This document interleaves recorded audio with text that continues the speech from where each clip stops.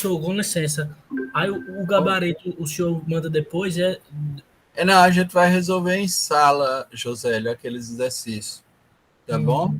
Tá bom. E aí é uma forma de fazer uma boa revisão para a prova, Certo. tá bom? Deixa-me só continuar. Vocês. É porque agora ficou, né? Certo. Eu vou parar e retornar com ela. Vejam só, então, hoje a gente vai dar continuidade com alguns slides que preparamos com problemas mais específicos em relação à questão da lei penal no tempo e ao controle do princípio de legalidade, a partir, obviamente, das referências com relação a determinados problemas, né, que possam surgir no tocante a, ao conflito, né, relacionado ao tempo e à sucessão de normas. Bom, em primeiro lugar, tratamos da lei penal inconstitucional prejudicial, aquela que, em algum volume, prejudica o réu, prejudica, agrava a repressão ou cria um modelo repressivo, mas contrariando valores constitucionais, princípios constitucionais, e a questão que nós extraímos daí é que ela pode ser revista a qualquer tempo, por intermédio dos instrumentos processuais cabíveis, a revisão criminal, habeas corpus, recurso extraordinário, e não necessariamente no contexto nacional precisa de pronunciamento do Supremo Tribunal Federal, uma vez que o controle no Brasil é difuso, né? Pode haver o controle incidental, não é apenas o controle concentrado. Portanto, a lei penal inconstitucional pode receber controle, inclusive, das instâncias inferiores. Né? Se alguém tiver cumprido pena ou parte dela em função de uma lei que venha a ser declarada inconstitucional, o assunto será regulado conforme o inciso 50, inciso 75, né, da Constituição Federal. Vou pegar aqui para fazer a leitura. Artigo 5º. Então, pegar o artigo 5º e vamos lá para o inciso 75, que coloca: o Estado indenizará o condenado por erro judiciário, assim como o que ficar preso além do tempo fixado na sentença. Há a possibilidade dessa reparação se alguém sofrer qualquer tipo de repressão por lei penal inconstitucional. E, obviamente, isso a partir do momento em que essa declaração se consubstancia, permitindo, né, até que a norma seja declarada inconstitucional pelo STF, em decisão erga omnes e com efeito vinculante, deixando o sistema jurídico, esta norma está a norma em pleno vigor, de modo que é capaz de produzir efeitos benéficos para o réu. Aqui é uma outra perspectiva. A lei penal inconstitucional também pode ser benéfica. E aí a gente vai fazer uma análise diferente exatamente por conta daquilo que eu falei para vocês, que o princípio da legalidade penal tem por objetivo limitar o poder de punir do Estado. Se há, por parte do próprio Estado, um elemento ou um mecanismo onde isso se encontra limitado, ainda que dentro dessa perspectiva de uma inconstitucionalidade, ela vai produzir seus efeitos benéficos, né? Sendo livre a interpretação do magistrado com relação a essa inconstitucionalidade. Agora, quando o STF exerce esse controle de constitucionalidade, não é mais possível, obviamente, essa aplicação, e esse efeito poderá ser modulado ex nunc, ou seja, dali em diante, para evitar prejuízos com relação à segurança jurídica do indivíduo. Existem, inclusive, alguns autores que dizem que não, que mesmo a lei penal inconstitucional benéfica, ela não deveria produzir quaisquer efeitos e essa modulação deveria realmente ir até as origens, ser ex tunc, com isso gravando a impossibilidade mesmo da produção dos efeitos benéficos em função da igualdade que deve ser estabelecida na aplicação da norma. Bom, essa é uma interpretação, mas eu reputo como não sendo a melhor, já que o sistema, exatamente essa ideia que eu trago da legalidade, que tem por objetivo e função limitar o poder de punir do Estado, não haveria aí, em princípio, uma violação clara a essa limitação. Pelo contrário, né, você estaria já dentro de uma perspectiva de autolimitação, né, ou seja, onde o Estado estaria empregando talvez uma posição benéfica e não constituiria, em princípio, qualquer privilégio, porque, sendo norma, estando ali vigente, em tese, ela produziria tais efeitos, tais consequências para todos. Então, não há, em princípio, um privilégio em função dessa utilização, como alegam os autores, e por isso a produção de uma desigualdade. O que é importante, talvez, seja gravar com a modulação dos efeitos dessa declaração, que no processo constitucional e na jurisdição constitucional cabe ao Supremo regular esses efeitos, a chamada modulação dos efeitos da declaração de inconstitucionalidade. E nessa modulação ele pode estabelecer como ex nunc, né, dali em diante, para evitar qualquer prejuízo à segurança jurídica de quem foi beneficiado com uma lei penal inconstitucional. Então, essa a primeira questão que aí se põe nessa discussão de que a lei penal inconstitucional ela pode produzir alguns efeitos em benefício do réu. Os efeitos prejudiciais, jamais, né? Então, a gente cancelaria, de fato, tais efeitos. Mas é dentro daquela velha dinâmica de que o que beneficia pode ser adequado, pode ser utilizado dentro dessa perspectiva de análise, inclusive do conceito político da legalidade penal, certo? A lei penal inconstitucional benéfica. Imagine-se que tenha sido beneficiado por lei penal, tempos depois considerada inconstitucional, já estando em liberdade com a vida refeita. Não se pode considerar a hipótese de ter que retornar ao cárcere porque a lei foi considerada inconstitucional. Tratar-se-ia de uma decisão odiosa, daí a necessidade do efeito ex nunc para essa decisão.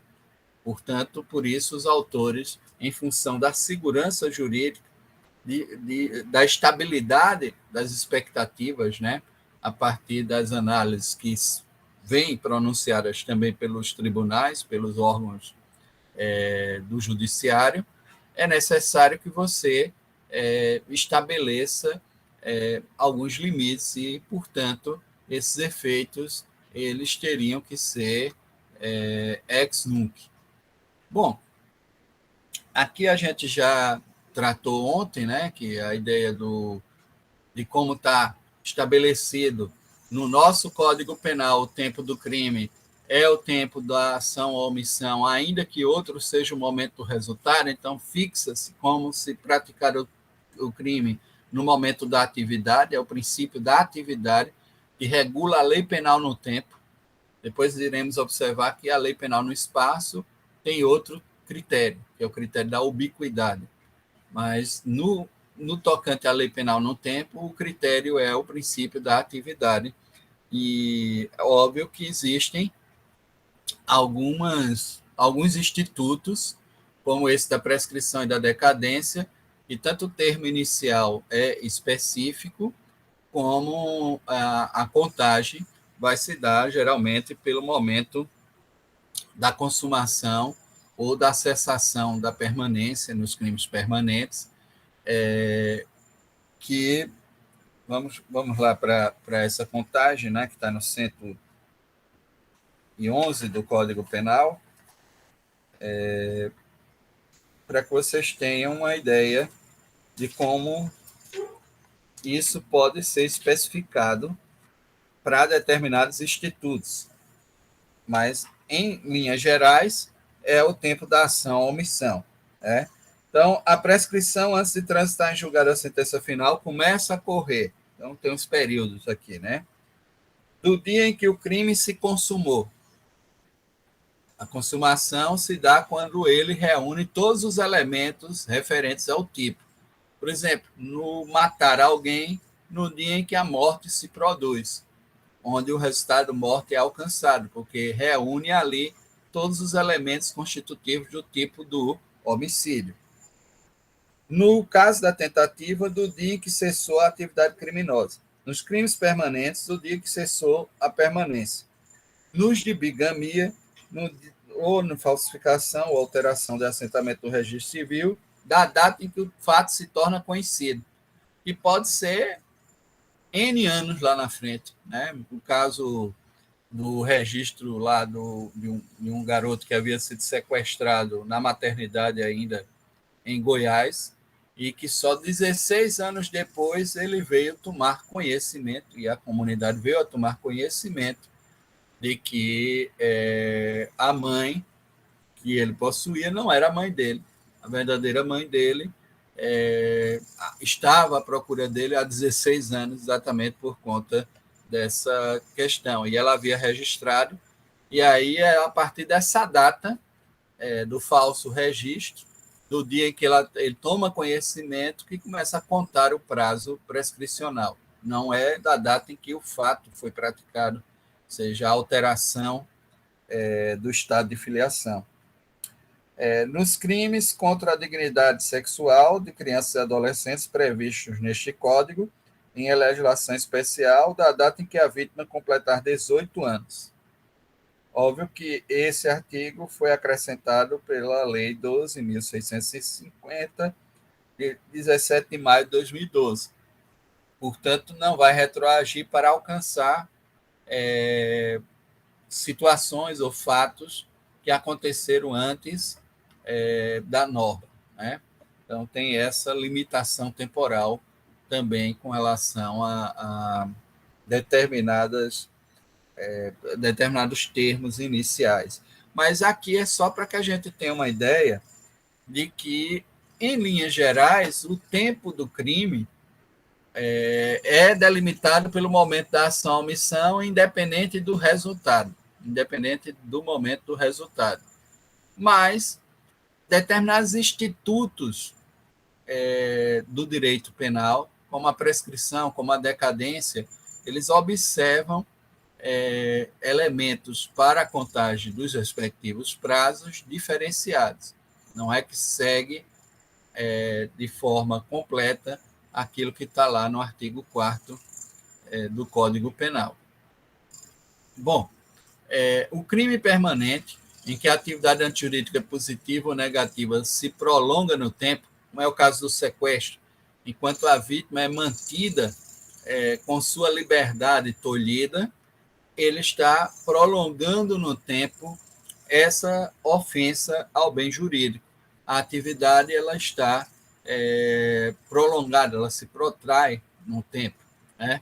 Incide sob a lei nova, ainda que mais severa, desde que prossiga na vigência dela a conduta necessária à permanência do resultado. Então, se a conduta permanece, se a conduta lesiva, ofensiva, está presente, você ainda fará vigorar a lei nova, mesmo que ela seja mais gravosa. Não é?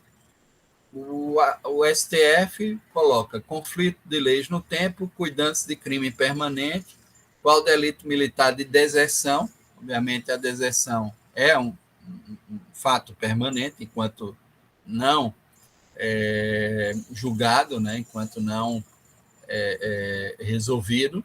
Aplica-se-lhe a lei vigente ao tempo em que cessou a permanência, ainda que mais severa que a anterior, vigente ao tempo do seu início. Então, enquanto o desertor se mantém sem se apresentar ao serviço e omitindo, né, o seu serviço, vai se aplicar a lei mais severa, mesmo que ela seja mais, mesmo que ela seja mais grave, a lei nova, mesmo que ela seja mais grave, né, ao desertor. E aí nós temos essas opiniões. Aplica-se a mesma regra do crime permanente se os atos sucessivos, isso para o crime continuado, não é? Nós tínhamos duas opiniões, né? Hoje está meio que resolvido, a gente vai ver pela súmula 711 do Supremo Tribunal Federal.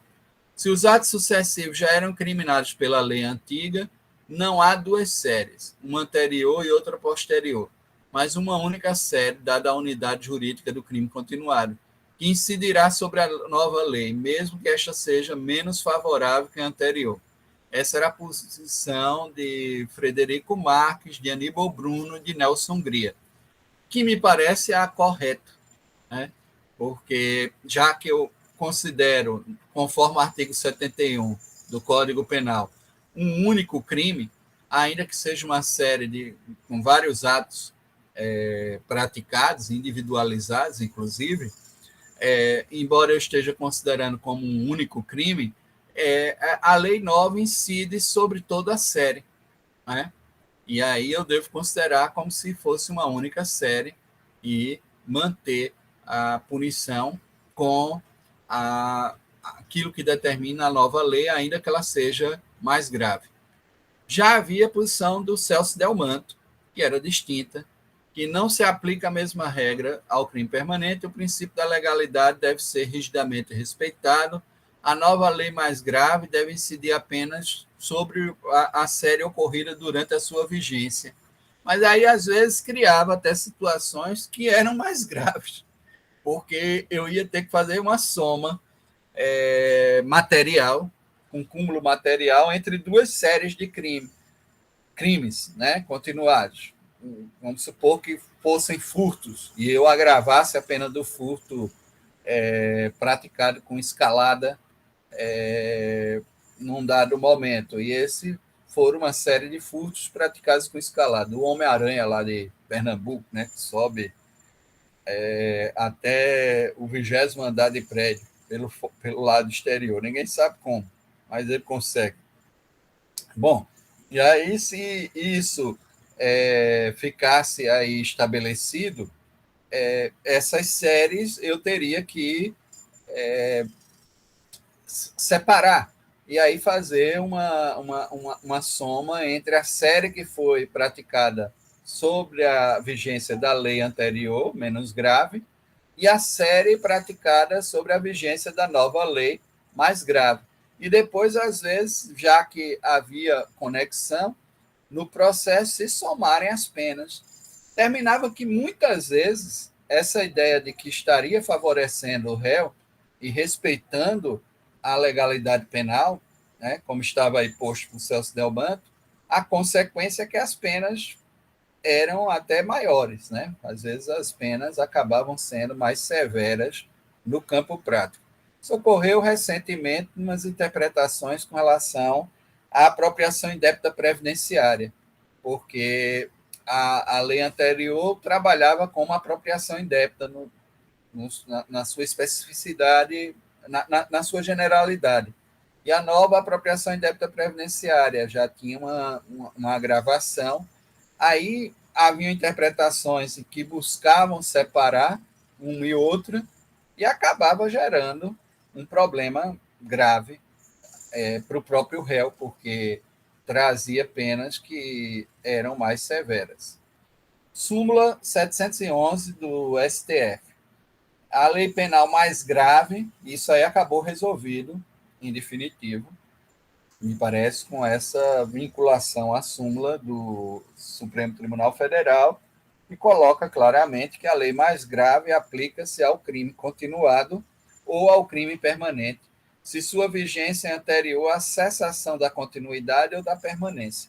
Então, vai se aplicar toda a série de continuidade delitiva e ao permanente, cuja a consumação, que se prolonga no tempo, se prolonga dentro da vigência da nova lei, mesmo que a nova lei seja mais grave.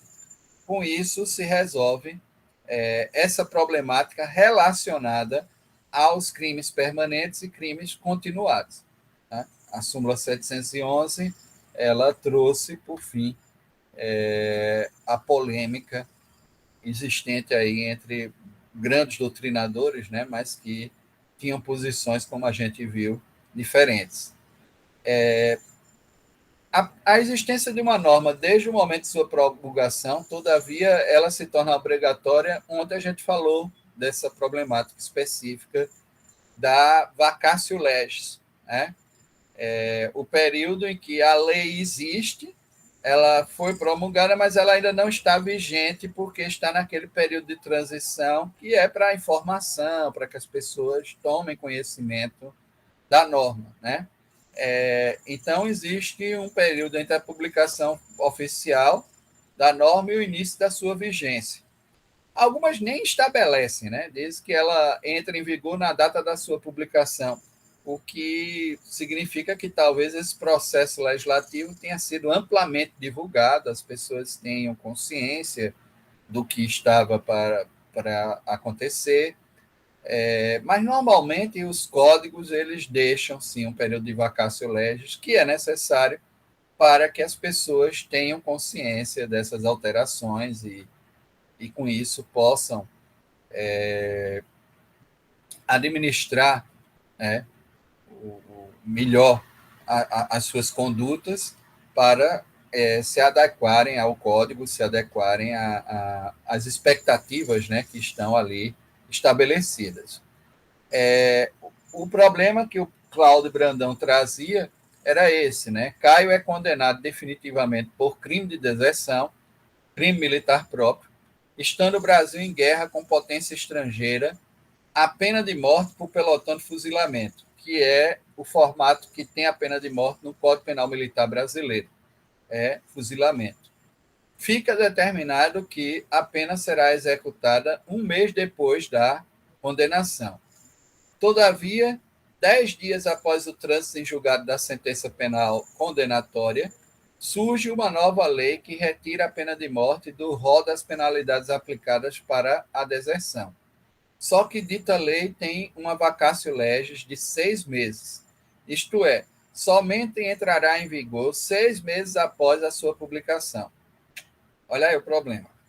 Assim, quando a lei que retira a pena de morte do crime militar de deserção em tempo de guerra entrar em vigor, a pena de morte já terá sido executada. Para efeito da aplicação da lei penal no tempo, retroage-se a lei mais benéfica a partir de sua publicação. Essa é uma interpretação trazida por Cláudio Brandão. Não sendo necessário esperar sua entrada em vigor, já que a lei, na esfera penal, é uma garantia fundamental, com aplicação imediata por força de dispositivo constitucional. Essa é a interpretação do professor Cláudio Brandão. Já outro autor, o Nutt, por exemplo, que disse que numa situação como essa se suspende a execução da pena e se aguarda o período da vacatio legis. Se ao final ela torna-se vigente, aí você faz essa aplicação de que exclui a possibilidade da aplicação aí da pena de morte e, portanto, resolve com isso esse conflito com relação à aplicação da norma. Professor, Diga Essa, aí. se- essa segunda opinião, ela se dá pelo fato de a norma, durante o vacatio legis, ainda poder ser revogada, né, ou alterada, e aí teria tido uma aplicação de uma norma que nunca entrou em vigor, né? Exatamente. É por conta disso. Porque a gente teve um Código Penal que foi publicado em 66 e nunca entrou em vigor. Nosso Código Penal ainda é o de 1940. Compreendem isso? Ou seja, ele foi publicado, tinha uma vacatio legis, essa vacatio legis foi legalmente depois prorrogada e ele foi revogado sem entrar em vigor. Compreende que pode ocorrer, né? Ou seja, a norma ficar em vacatio legis e ser revogada durante a vacatio legis e, portanto, não vigorar. Então, nessas duas opiniões aí, qual é a que é adotada mesmo, a mais, a que a Olha, a doutrina... gente nunca teve essas situações extremas, né? Os doutrinadores meio que criam. É uma situação extrema que tem que ser pensada, e é bom que a doutrina pense sobre ela, né? Mas me parece que a de Cláudia é adequada à questão constitucional da legalidade penal, limitar o poder de punir do Estado, né? E, de certa maneira, existe essa perspectiva de que há uma função garantista na norma penal e atende a esse princípio constitucional relacionado a essa função garantista, de limitação do poder de punir do Estado. A questão trazida por Nutt é apenas de um cuidado maior na aplicação para se evitar as desigualdades de aplicação da norma, trazer essa análise, né, de uma certa equidade com relação a esse princípio.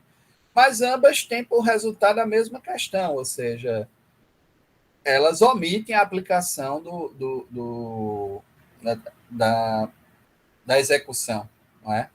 Então, né, numa situação como essa, de extremo, se você opta por uma suspensão também dessa execução da pena, dá no mesmo, né? Ou seja, você vai aguardar, tudo bem. Óbvio que se ao final houver a revogação da lei, pode ser que o cara termine sendo executado, mas você não vai fazer uma aplicação imediata de norma em vacatio legis, porque norma em vacatio legis não está em vigor, não é? Apenas você está se servindo aí dessa referência para equilibrar, ter um juízo de equidade com relação à situação extrema dessa em concreto, né? Então, mas não existe, essa é mais aplicada do que aquela exatamente por isso, porque essas situações não é que ocorreram. Alguém levantou a mão aí que eu vi Sim, o nessa barulhinho. situação, professor, por uma abordagem legalista, o cara seria mesmo executado, né? A rigor, era isso que deveria Exatamente, acontecer, né? exatamente. Mas a gente tem que ter essa posição mais garantista, né, sobre esse aspecto da limitação do poder de punir do Estado, né? Se fosse uma abordagem, a lei não está em vigor, né? E aí, por isso que uma ou outra chegam a um denominador comum, qual é? De suspender a execução.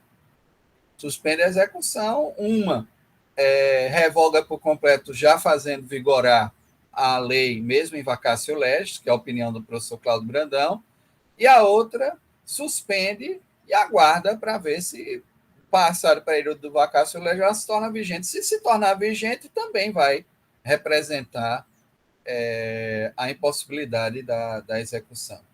Né? Então, Uhum. resolvem. Né? Ou seja, são soluções para uma situação como essa. Né? Bom, no Superior Tribunal de Justiça, nós temos texto que, por erro, foi publicado e que sequer foi aprovado pelo Congresso, não acarreta consequências jurídicas. Às vezes ocorre isso. Os textos, já vi acontecer até dentro daqui da universidade, resoluções às vezes não são revisadas e acabam sendo publicadas sem que seja aquilo que foi deliberado do Conselho. A mesma coisa acontece, porque não sei se vocês já viram votações, às vezes, de leis na Câmara e no Senado, e muitas vezes só é feito o chamado e faz essa produção bem rápida, né, com relação aos que estão presentes, se eles acordam, e às vezes isso é feito pelo acordo dos líderes, é muito rápido. E aí pode passar Quem ao... concorda, permaneça como se encontra, tal, aí, Exato, aprovado. aprovado, exatamente. Aí, quando você vê isso aí, meu amigo, aí tem muito erro, às vezes, né, na redação. Não era aquilo que efetivamente o articulador, o apresentador do projeto queria, né, e acaba aprovado. E aí você vai fazer uma discussão, foi o que ocorreu com o parágrafo único aí do artigo 11 da Lei 9.639. Eu teria que ver aqui. E o Félix Fischer disse que, se não houve esse debate, não houve. Aí é uma questão de controle até constitucional também, né? Ontem estava até a discussão, que eu achei interessante, sobre a autonomia do Banco Central. Há partidos que queriam que a inconstitucionalidade fosse analisada no seu mérito. Mas mesmo o relator, que foi o Lewandowski, entende que não, que essa discussão realmente cabe ao legislativo, e se o legislativo optar, haverá autonomia do Banco Central, que já está, inclusive, concedida. Agora, a forma que está sendo questionada, porque me parece que quem pode, quem pode ofertar essa reforma com relação à instituição a iniciativa tinha que ser do executivo, né? Não poderia ser de um parlamentar, e me parece que foi isso que ocorreu. E é nesse aspecto que há uma inconstitucionalidade formal, mas não do mérito, não da matéria, não que a matéria não pudesse ser deliberada. E aí isso eles vão ter que discutir, né? Nessas circunstâncias, é isso que vai acabar sendo discutido, né? Para se fazer uma análise, né, de como ela vai se, como a norma, né, vai se comportar também nessa. Deixa eu ver aqui do que trata. Não, só ficou até a 613. Bom, a ideia é essa, de que não exprime a vontade do Poder Legislativo e, portanto, ela não deve produzir qualquer efeito. Esses efeitos não são produzidos, né? E, voltando à questão da lei penal no tempo, né, que é uma sucessão da lei penal vinculada ao princípio da atividade, que é o que rege a lei penal no tempo, né? O conflito pressupõe uma sequência de leis penais e eu vou observar, dentro dessa sequência, a vedação da retroatividade em PEJOS, que é a razão aí política de limitar o poder do punir do Estado, né? A ausência de sentido de lei penal em punir conduta que antes não era considerada crime.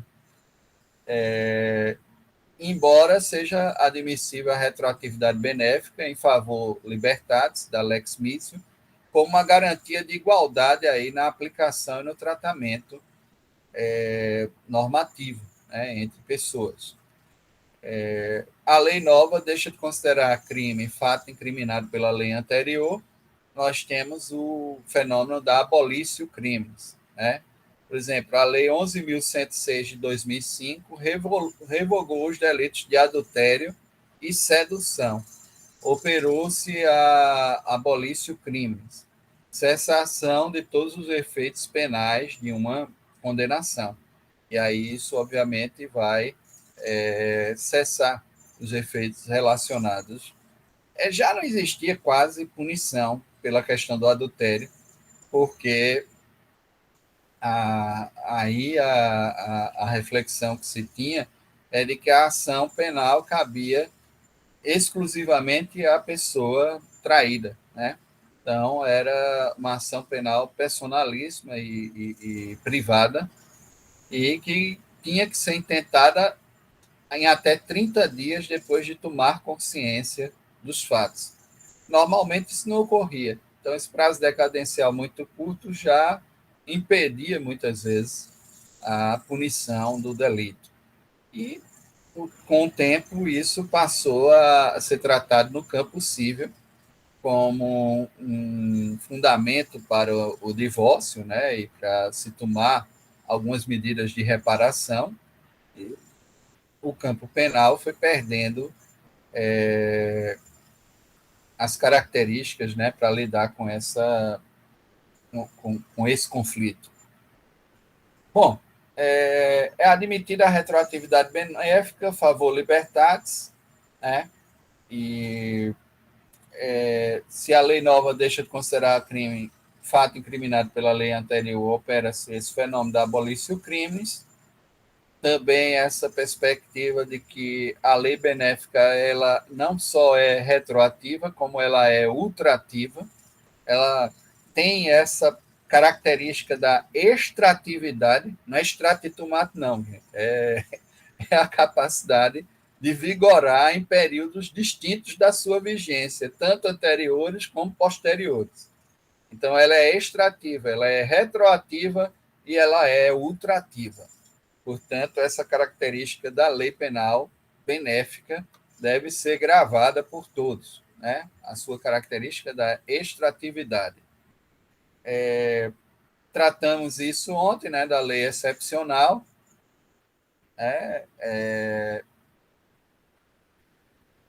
Não tem motivo, né, de se imaginar de forma diferente, porque elas são autorrevogáveis. Não se trata, no caso do artigo 3º, porque aquela discussão aberta por Paulo José da Costa Júnior, de que ele não havia sido recepcionado pela nova Constituição, cai por terra. Porque não se trata de sucessão da lei penal no tempo. Não há uma sucessão entre normas. É a própria norma que se programa para existir sob determinadas circunstâncias ou dentro de um determinado prazo. Já vem determinado isso. Né? A lei excepcional ela enfrenta algumas situações extraordinárias sem fixar prazo da vigência, e a lei temporária delimita previamente o período de sua vigência. Então, ambas, em princípio, já surgem autorrevogáveis. E aí, diante dessa dinâmica, não se trata de sucessão de lei penal no tempo. Não é uma nova norma que entrou em vigor dentro do ordenamento e que trata da matéria. Se isso vir a ocorrer, aí óbvio que eu terei que fazer a interpretação de qual é a lei benéfica, e se a nova norma for a benéfica, ela retroage, não tem nenhuma dúvida com relação a esse fato. Mas apenas pela dinâmica da própria ordenação social e dentro daquilo que a lei excepcional e temporária estabelece, elas se fixam aos fatos que foram praticados durante a sua vigência e aplicam-se de maneira ultrativa, ainda que sejam com consequências mais graves do que as que seriam estabelecidas na normalidade da vida política. Do contrário, eu não tenho como regular essas situações excepcionais do estado de sítio, da calamidade pública, da grave crise econômica, que são momentos excepcionais onde se exige, né, uma certa força por parte do Estado para ordenar o meio social. Então, elas aplicam-se elas se auto-revogam, não há como falar de retroatividade benéfica de lei posterior, porque não é um fenômeno de sucessão de leis no tempo. Os efeitos permanecem e, a não ser que sejam expressamente alcançados ou no momento de sua auto-revogação ou por conta de uma anistia, que é realmente uma nova análise trazida pelo Parlamento, pelo Congresso, para lidar, né, com essa situação específica. Me ver o que mais eles Professor, aquela questão que a gente viu ontem da Lex Tertia, né, que eu acho que era lei terceira. Tá aí, Aí, uma dúvida que eu fiquei, tipo, a gente viu que o Supremo, ele emitiu uma decisão contrária, né, ao uso. Mas ela já foi utilizada em algum momento no Brasil? Já o próprio Supremo utilizou quando permitiu, há um tempo atrás, a possibilidade. Que houve uma mudança, e nem se pode dizer que houve jurisprudência, porque jurisprudência é a construção de um costume de decidir um costume colegiado de decisão que vai se fixando ao longo do tempo, né? Ou seja, você vai criando uma certa segurança, uma certa estabilidade nesse formato. O que existem são precedentes, decisões isoladas. Óbvio que elas têm relevância, porque demonstram, elas também são colegiadas, mas elas demonstram novos posicionamentos do Supremo, que no passado já chegou a fazer essa combinação. Mas desde a nova lei de drogas, desde 2006, eles têm evitado e dizem que há, sim, uma violação ao princípio da separação dos poderes, o que eu não vislumbro. Sinceramente, acho que o material de interpretação é ofertado pelo próprio legislador. Os juízes só realizam aí uma equidade para administrar qual a norma é mais adequada ao caso concreto, né? Portanto, está dentro da ideia de limitação do poder de punir do Estado, né? Bom, existe essa questão também com relação à norma de direito processual, que é interpretada como uma norma adjetiva, instrumental, para a realização do direito material, que é o direito penal, se bem que, como eu falei aqui a vocês, nem tudo relacionado ao processo penal pode ser interpretado como uma matéria, instrumento, né, de realização do direito penal, porque o direito processual penal, o devido processo legal, é uma garantia. Em si mesmo é também substantivo. A gente poderia até tratar de normas substantivas adjetivas, no sentido de que é substancial que exista um modelo processual pré-definido para a cognição dos fatos penais, porque esse modelo é tão relevante quanto o próprio direito material.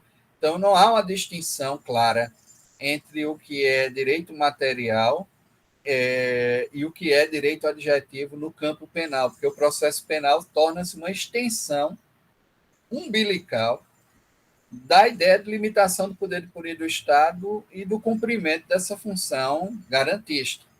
De maneira que eu não tenho como separar isso aí. E é por isso que as normas de processo, apesar de virem com essa ideia de que elas têm aplicação imediata, porque se torna um instrumento apto à realização do direito material de forma imediata, essas normas tratam de direito material em boa parte, e esses critérios deveriam ser melhor observados em casos concretos, para que a gente possa observar, por exemplo, a suspensão do processo com a questão lá do artigo 366, né, do Código.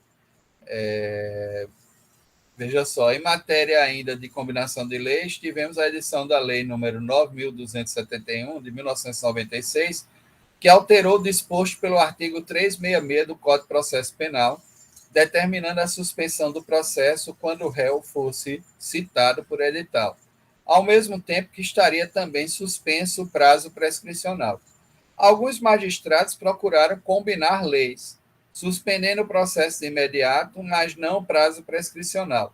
Entretanto, o STJ entendeu que era inadmissível a aplicação parcial do mencionado diploma, com incidência apenas do preceito pertinente à suspensão do processo, afastando o comando relativo à suspensão do prazo prescricional. Eles compreendiam que essa suspensão deveria ser decretada por inteiro, né? E via nessa ideia realmente uma ruptura com a separação dos poderes, se bem que é aquilo que eu falei aqui, né? Não necessariamente, até porque existe realmente na suspensão da prescrição, do prazo prescricional, um fato mais gravoso ao réu, porque vai suspender as possibilidades de extinção da punibilidade por decurso de tempo, decurso de prazo. E, portanto, essa retroatividade é questionável, igualmente. E, embora a suspensão do processo atende diretamente a um princípio constitucional de que a defesa tem que ser plena, eu não posso, o juiz não pode agir como um inquisidor que planeja todos os atos processuais, ou seja, defesa, acusação e depois o julgamento. Na época da edição do Código de Processo Penal, ainda na década de 40, né, do século passado, esse código não foi pensado dentro do acusatório e a Constituição adotou esse modelo, quando prevê o contraditório, a ampla defesa, dando essa possibilidade ao réu de escolher o seu defensor e tomar as providências de reação àquilo que lhe acusam, né? Aos fatos que lhe são atribuídos. Bom, então, as normas de direito processual penal e de execução. No tocante às medidas de segurança, elas não precisam estar previstas em momento anterior ao fato, pois, tendo caráter assistencial e curativo, devem ser imediatamente aplicadas. Essa interpretação dada por parte da doutrina, principalmente o pessoal mais antigo, né, o Paulo José da Costa Júnior, e outros que entendem que a medida de segurança já é, em si, uma medida de tratamento, portanto, é uma medida de intervenção médica, e aí eu faria essa interpretação.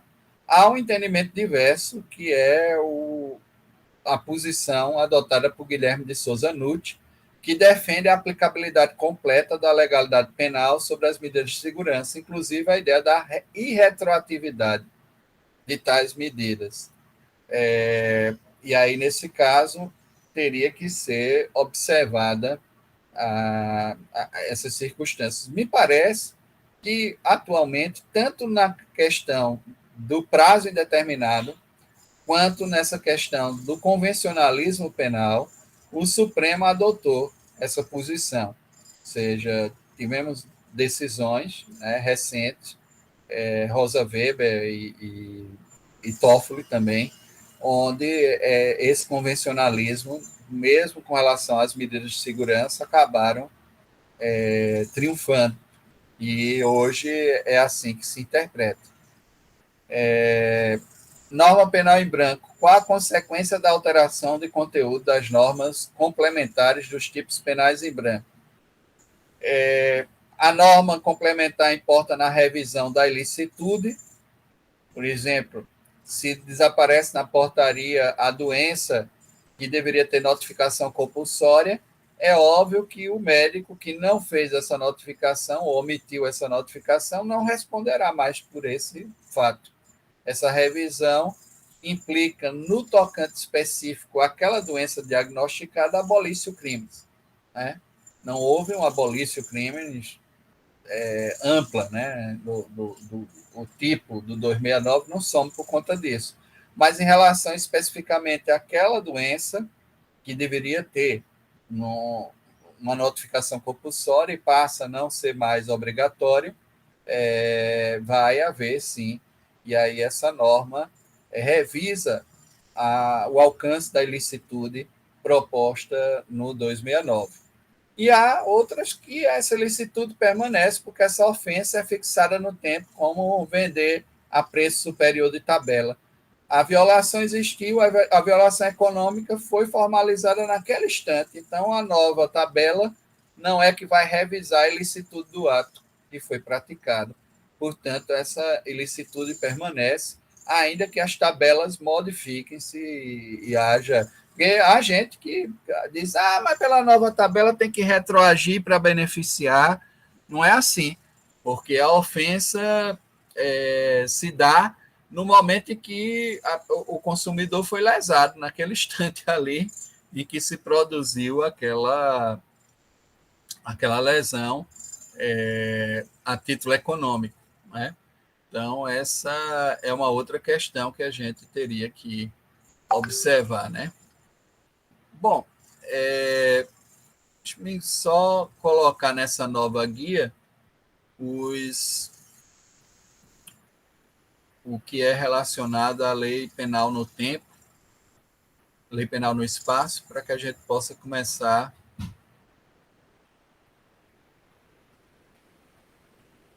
hoje já fazer algumas.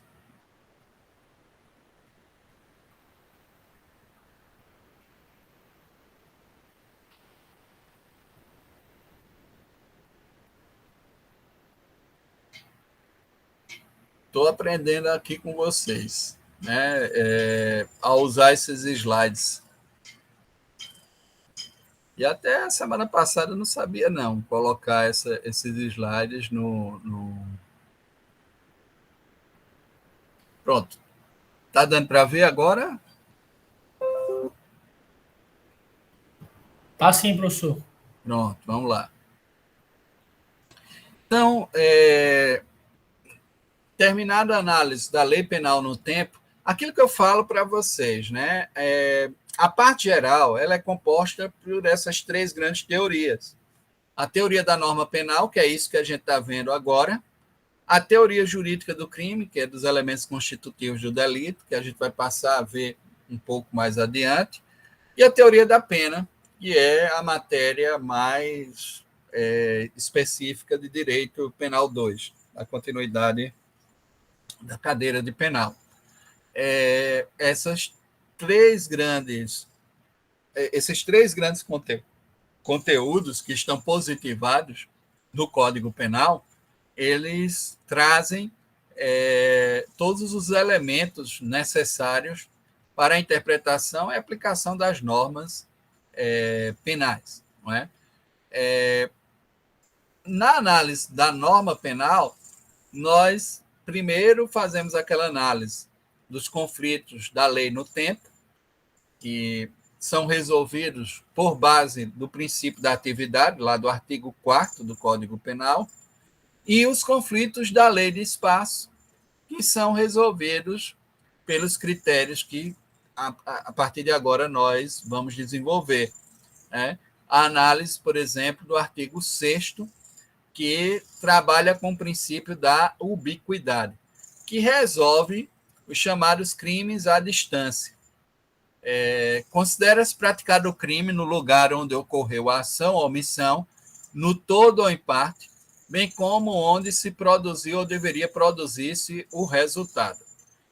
A relevância para a análise do artigo 6º se dá exatamente entre os conflitos de lei penal no espaço, que fixa a competência das normas penais brasileiras em relação a outros estados soberanos ou a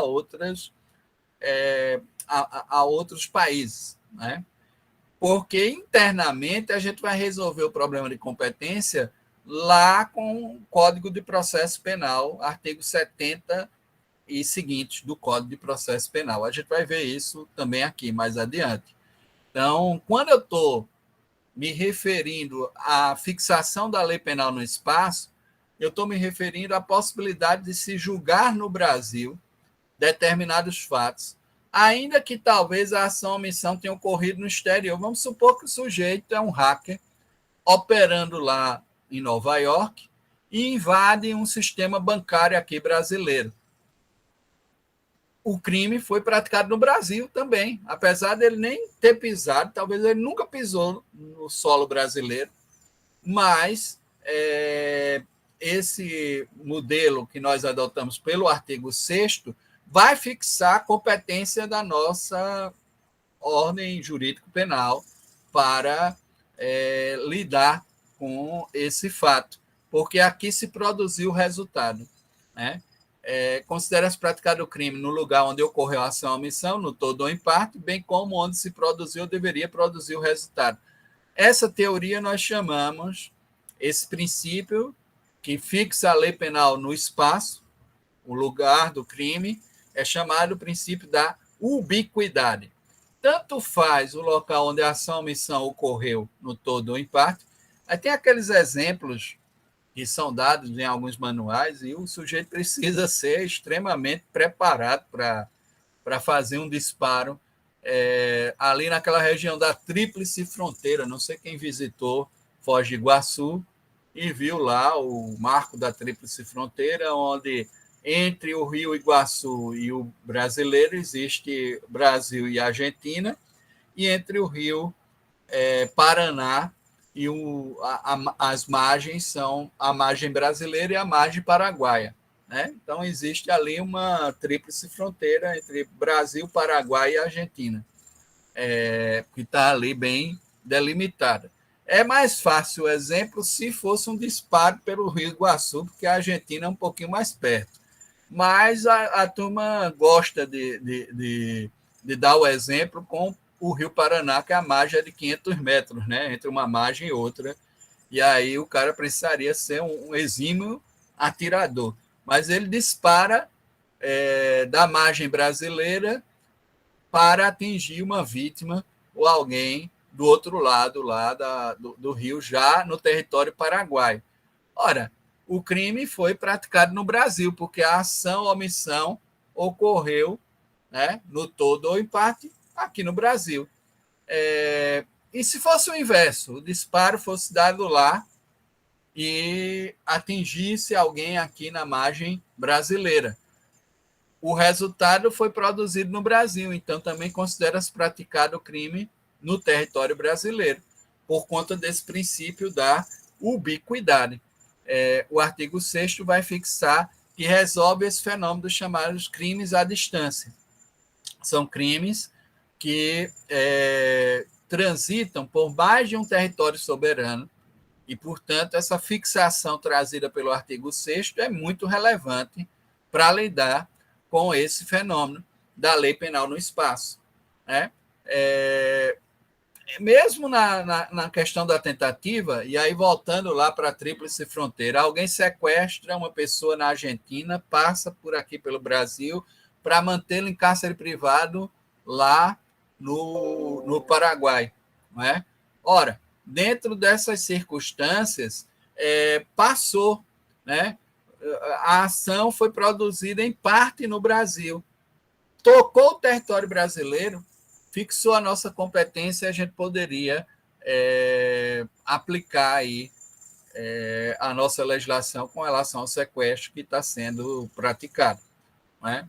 Então, a importância que se tem de se adotar um princípio como esse é exatamente de não dar margem à impunidade, de permitir que, em determinadas circunstâncias, a gente estenda o alcance, né, de fixação da nossa norma penal. Né? Então, é essa a análise. Quando o conflito é interno, quem vai resolver é o artigo 70 e seguinte, né, do Código de Processo Penal. O artigo 70 do Código de Processo Penal fixa a competência levando em consideração o lugar em que se consumar a infração. É uma teoria vinculada à teoria do resultado. Entretanto, não há conflito quando observamos que o artigo 6º destina-se exclusivamente ao denominado direito penal internacional, ou seja, a aplicação da lei penal no espaço quando o crime tiver início no exterior e produzir resultado no Brasil, ou vice-versa. Para os delitos cometidos no território, internamente, continua valendo o artigo 70 do Código de Processo Penal, porque existe essa dúvida. Né? Os estudantes geralmente perguntam, mas o artigo 70 não diz que é o local onde se produziu o resultado, onde se consumou a infração, até porque há um motivo para isso. Em crimes que deixam vestígios, é onde é mais fácil fazer o corpo de delito. Então, onde o morto surge, é onde a coisa se torna mais fácil, né, de fazer o corpo de delito. Agora, não vão fazer feito em um sujeito aí numa zona dessa metropolitana, né, sem várias cidades, e uma vez se chegou, né, num camarada, né, para dizer, olha, está havendo muita ocorrência de homicídio aí no teu município, viu? Na zona metropolitana, o negócio está difícil. Aí ele disse, mas quanto tempo eu tenho aí para baixar esse volume? Aí você tem uns 6 meses.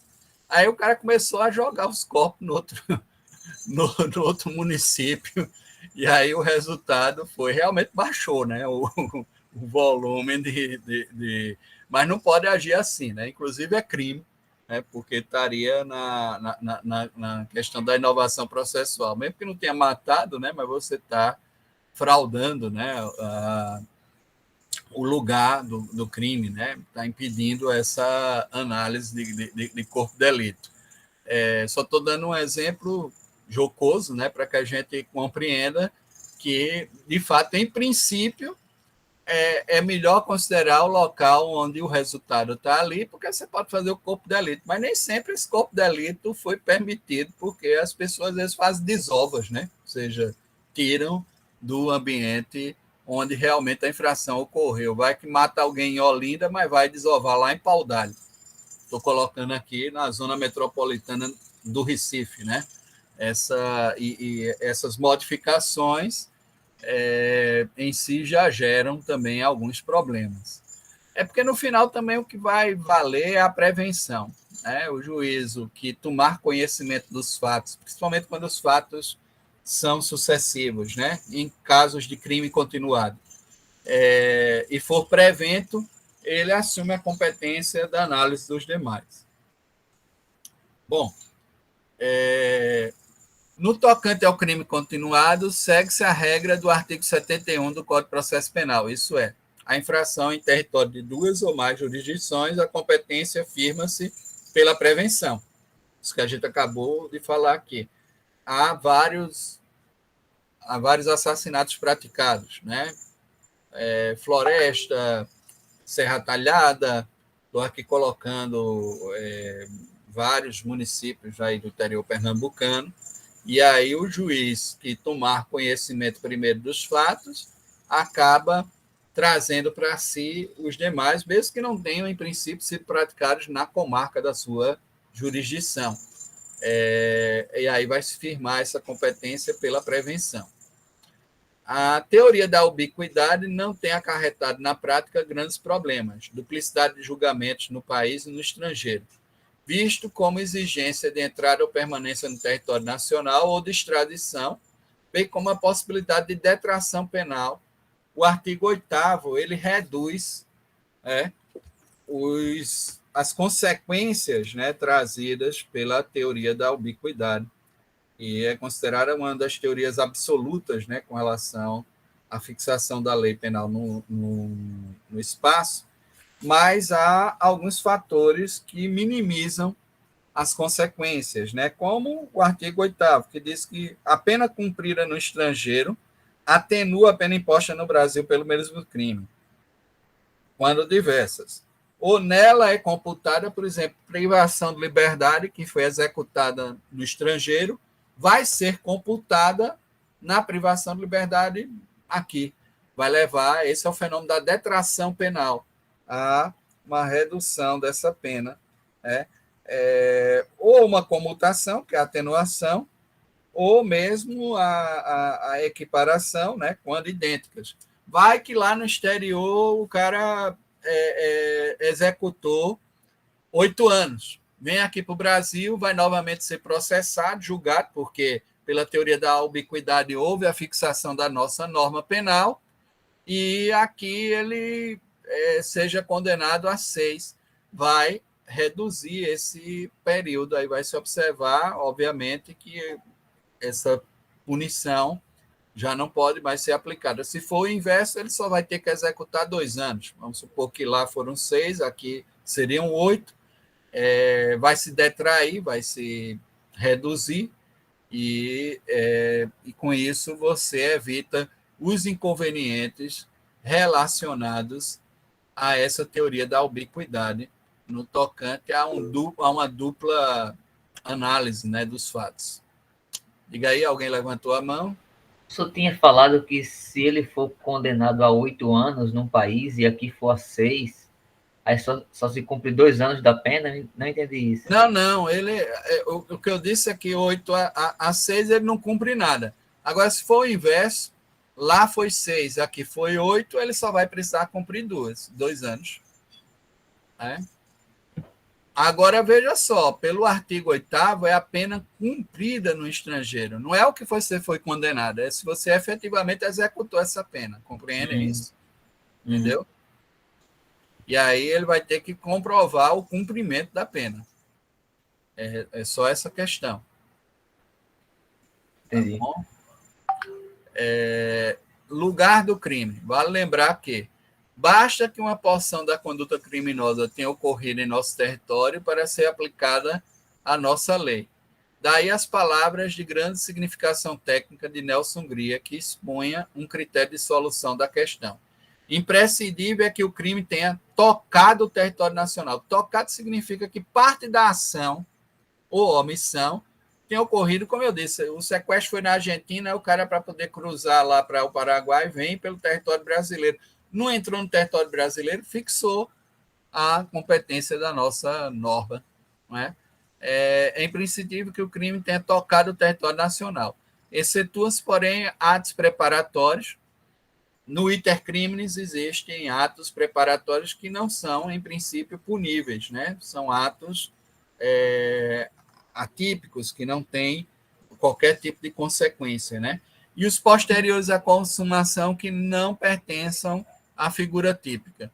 Então, eles estão dentro dessa análise aí, tá certo?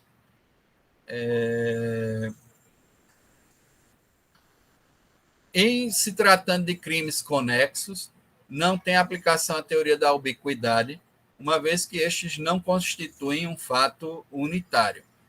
Normalmente são fatos distintos, né? Por exemplo, num contexto em que alguém é morto, outro aproveita para furtar os sapatos ou a carteira do morto. Não foi ele que matou, mas está conexo, né? Está dentro daquele contexto. Mas são fatos isolados, né? Assim, se o furto é praticado no estrangeiro, a receptação no Brasil é muito comum, no caso, a receptação que é exatamente tomar, comprar, adquirir algo que é produto de crime, não é? Não significa que a competência da jurisdição penal somente abrangerá a receptação do delito, não do furto, né, que foi praticado no outro país. Observar isso aí também traz aquela ideia de que essa semana até a gente teve uma discussão lá em Penal 2, porque nessa perspectiva da teoria que a gente vai analisar aqui, de que o crime é o fato típico, antijurídico e culpável, aí se dizia que para haver a receptação não é necessário, às vezes, a punição do crime originário. Então, segundo eles, criou-se uma responsabilidade objetiva onde não há a culpabilidade demonstrada. Isso é falso, porque, na realidade, a receptação vem, muitas vezes, da violação que você faz à primeira vítima e que persiste. Ainda que o furto não fosse punível, haveria a receptação. É isso que eu quero colocar, né? E aí a pessoa recebe a pena por conta desse delito e ela vai responder, sim, por tais fatos. Né? Não tem como escapar dessa análise. Bom, normalmente os princípios que regem a lei penal no espaço são esses: da territorialidade, da nacionalidade do agente ou da vítima, da defesa, da justiça penal universal, da representação, que diz respeito à representação das instituições ou do país, né? E da personalidade, que diz respeito à qualidade daquele agente ou daquela vítima, né? Dentro desse contexto geral de análise, né, que nós fazemos. Eu até acrescentaria um aí que ficou faltando, mas que não é estabelecido no nosso contexto, mas é um elemento que essas são as chamadas regras de conexão, que permitem a fixação das normas de um determinado país, é o domicílio. É uma outra norma que também serve como elemento de conexão, mas não no nosso contexto. Ou seja, aqui no artigo 7º a gente vai encontrar essas aí. Diga aí. O senhor poderia explicar melhor o princípio da defesa, da justiça penal universal e da representação? A gente vai ver no artigo 7º. Deixa quando chega lá para que vocês possam observar melhor em cada conteúdo dos casos de extraterritorialidade. Porque, na realidade, a regra geral é a territorialidade, né, gente? As demais vão ser critérios de fixação da nossa norma em casos que são praticados fora do Brasil. Então, a extraterritorialidade. Em situações de extraterritorialidade, eu vou me servir de regras de conexão, que são essas aí. E aí, por isso que se diz, inclusive, que o artigo 7º ele compõe o direito internacional privado, porque é exatamente isso, essa perspectiva de regras estabelecidas para tratar das relações entre o Estado e cidadãos, e Estado e particulares, né? Dentro da dinâmica da norma penal, né? Fixando quem é competente para reprimir ou para julgar aquele conflito. Então, nós teríamos essas normas aí bem estabelecidas. A defesa com relação às instituições, por exemplo, a presidência da República, o princípio de proteção de bens, de patrimônio da administração pública brasileira, né? Mas isso para fatos ocorridos no estrangeiro. A gente vai fazer essa análise aqui, com relação ao artigo 7º. O artigo 5º. Aplica-se a lei brasileira sem prejuízo de convenções internacional ao crime cometido no território nacional. Aqui, território, enquanto termo jurídico, trata-se do espaço terrestre, marítimo, aéreo, em que o Estado exerce sua soberania, fixando a obrigatoriedade de sua ordem jurídica. Veja que a gente vai ter que definir essa ideia da composição do território. Solo ocupado pela corporação política, sem dissolução de continuidade e com limites reconhecidos, ou seja, todos os limites dentro das fronteiras, né, estabelecidas para o solo ocupado, né, de corporação política brasileira. Regiões separadas do solo principal, ilhas, né, separadas, mas que estejam, como Fernando Noronha, né, dentro do nosso território. Rios, lagos, mares interiores. Isso aí não tem muita dificuldade, né? Golfos, baías e portos. Parte que o direito internacional atribui a cada estado sobre mares. Aí hoje são 12 milhas marítimas e 200 milhas de exploração econômica preferencial. Mas o exercício propriamente da soberania são nas 12 milhas marítimas. Né? Nós temos 12 milhas marítimas como um limite aí estabelecido para a soberania. Lagos e rios contíguos. A faixa de mar exterior, denominada mar territorial, é exatamente dentro dessa perspectiva das 12 milhas. Espaço aéreo correspondente a todo esse território. E aí a gente vai observar essa análise. E o território, por equiparação legal, navios e aeronaves públicas, elas são território onde quer que estejam, e particulares, enquanto estiverem em alto mar, em águas internacionais, ou dentro do território brasileiro, mas cuja matrícula esteja aqui, o princípio aí também da bandeira, né, proteção, defesa, com relação a bens, né, nacionais. Bom, e aí vamos discutir alguns problemas relacionados à territorialidade. A soberania sobre os rios. Rio nacional, que percorre apenas o nosso próprio território, não tem problema. Rios internacionais, aí eles podem ser contíguos, que são fronteiriços, que é o que ocorre com Iguaçu, com Paraná, né? Ou sucessivos, que passam pelo território de mais de um país. Também alguns rios. No caso dos rios internacionais sucessivos, os estados soberanos exercem sua soberania sobre a parte do rio que atravessa o seu território. Ocorre no Amazonas, né? Há uma parte peruana, uma parte brasileira, né? E depois ela volta lá para no final ele sai, né? Alguns de seus afluentes saem, né? Do contexto do território, e aí cada um exerce a sua soberania sobre a parte do rio que atravessa o seu território. Caso os rios sejam contíguos, a linha divisória poderá ser marcada pelo ponto equidistante das margens, que é a linha mediana do leito do rio, e aí faz essa avaliação do ponto equidistante, pelo talveg, linha que acompanha a maior profundidade da corrente, e às vezes pelo talveg, não sei se vocês já observaram que existe rios cuja corrente é muito próxima à margem e que o meio é até mais arenoso, né? Ele tem um volume mais alto.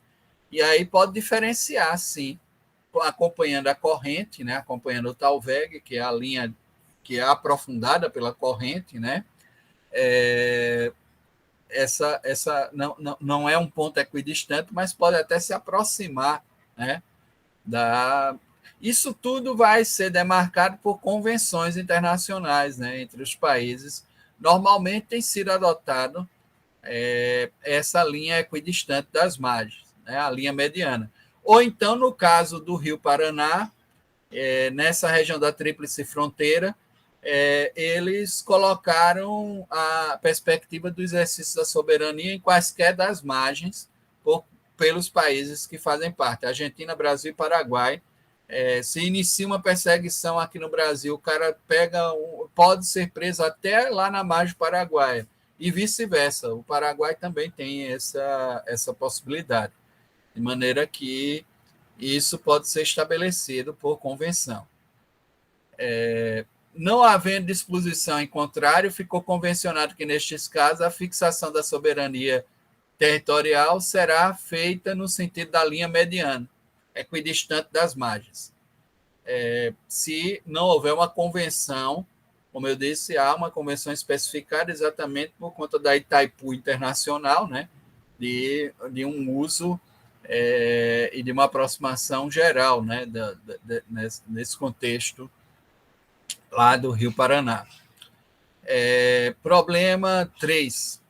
Mar territorial. Atualmente, pelo disposto no artigo 1º da Lei número 8.617, de 93, o mar territorial brasileiro abrange uma faixa de 12 milhas marítimas de largura, medidas a partir do abaixo chamado litoral continental, ou seja, a maré mais baixa, né, do litoral continental, mede as 12 milhas marítimas, né, adotando como referência as cartas náuticas brasileiras. E o problema 4, que é o espaço aéreo. No tocante ao espaço aéreo, vigora a regra de compreender que o espaço acima do território, inclusive acima do mar territorial, até o limite da atmosfera, né, dentro do limite, eu não sei se são 60 mil metros, né? Depois vocês deem uma olhada, porque aí depois passa a ser, parece, a estratosfera, né? Então, no limite atmosférico, não existe, inclusive, direito de passagem inocente no espaço aéreo, né? E tudo é regulado por convenções e tratados. Obviamente, para a derrubada de uma aeronave estrangeira por invasão do espaço aéreo, houve uma mitigação desse poder do Estado por intermédio do Protocolo de Montreal de 1984, fixando não ser ilimitado o uso da força para proteger o espaço aéreo, devendo ser respeitado, em primeiro lugar, a vida humana. Então, busca-se primeiro que a pessoa ceda e desça na primeira pista que for possível, para só depois haver o abate, né? O abate é primeiro a questão da condução da pessoa até uma pista. Eu estou colocando aqui do uso. E a mitigação também em Montreal foi porque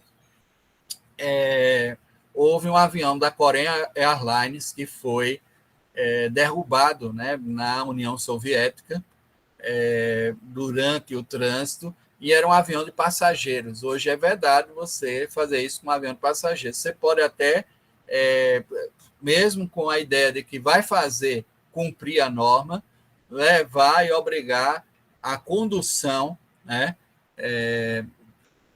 desse avião a uma pista autorizada ao pouso, para ali fazer cumprir a norma do Estado. Mas não em função de existir, talvez, ali até uma pessoa que é procurada e tudo, você derrubar um avião de passageiros, e é uma medida bem desproporcional, né? Ou seja, não sei, vários inocentes, né? No caso aí era um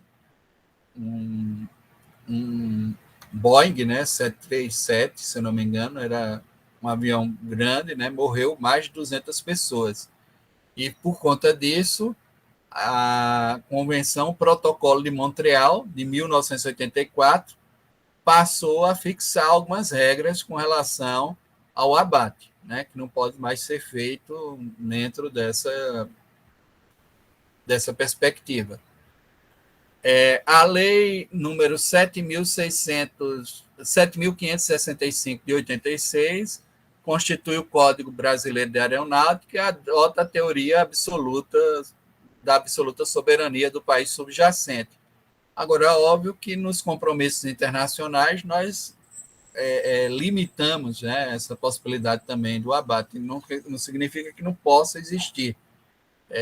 Principalmente no combate ao tráfico de drogas, hoje existe esses pequenos aviões, alguns são derrubados, não de forma constante, porque se não atende às ordens de pouso, pode haver essa derrubada.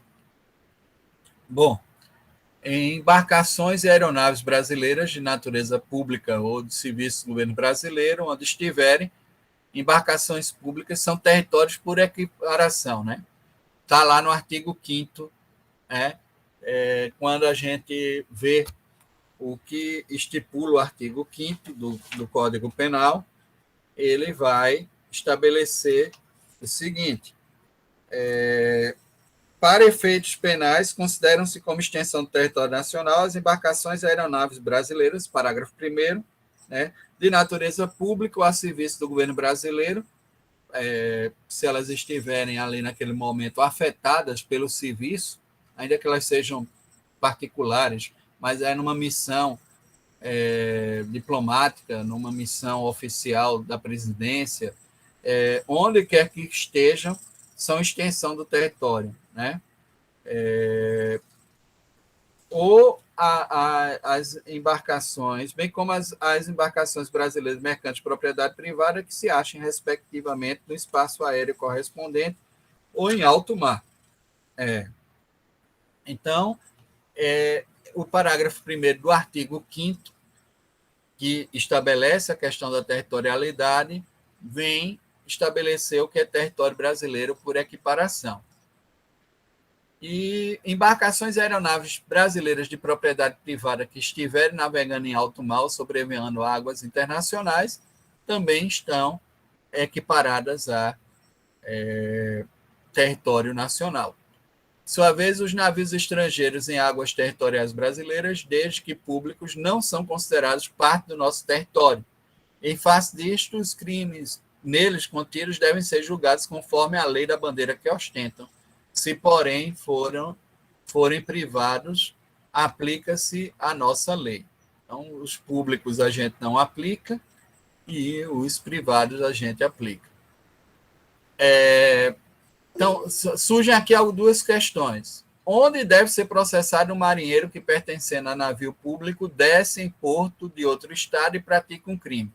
Se desceu a serviço do navio, fica sujeito ainda à bandeira, à lei da bandeira que o navio ostenta. Se desceu por motivo particular, já se sujeita à lei local, né? Veio só para beber, né? Vai se sujeitar à lei local. E se alguém cometendo crime em terra, abriga-se em navio público estrangeiro. Trata-se de crime político ou de opinião, o comandante não está obrigado a devolvê-lo à terra. Entretanto, tratando-se de crime comum, deve entregá-lo mediante requisição do governo local. Competência. Professor, Diga aí. Eu mandei aqui a mão rapidinho. Só uma dúvida. No caso, se tiver um navio estrangeiro privado no território nacional, só que daquela forma, em missão diplomática, aí como é que se decide? É a mesma questão, ele se torna extensão lá do território, porque aí ele vai estar afetado, ele passa a ter o perfil do navio público, né? Certo. Porque é o princípio da reciprocidade. Ok. Tá bom? Gente, eu teria algumas coisas ainda para... Vamos terminar essa parte aqui e veja só. A competência para o julgamento dos crimes cometidos a bordo de embarcações e aeronaves. A competência a bordo de aeronaves, qualquer que seja o tamanho, até do teco-teco, é da Justiça Federal, porque está lá no artigo 109 da Constituição. E aí você faz uma combinação com o artigo 90, né, do Código de Processo Penal. É da Justiça Federal, onde primeiro pousar a aeronave ou atracar um navio após o delito, esse navio internacional.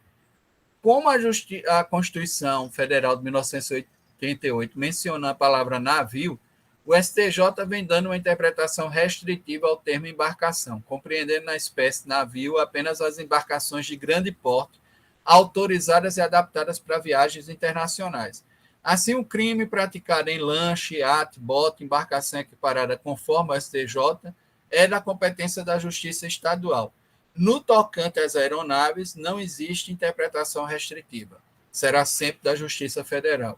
Só com embarcações. O cara chegou de uma jangada. Vai ser da Justiça Estadual. Está num iate, está num bonde, está numa lancha.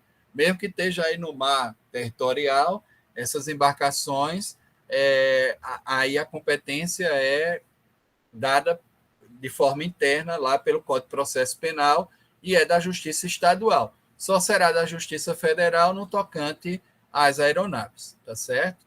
É essa a questão que surge aí e é importante vocês gravarem.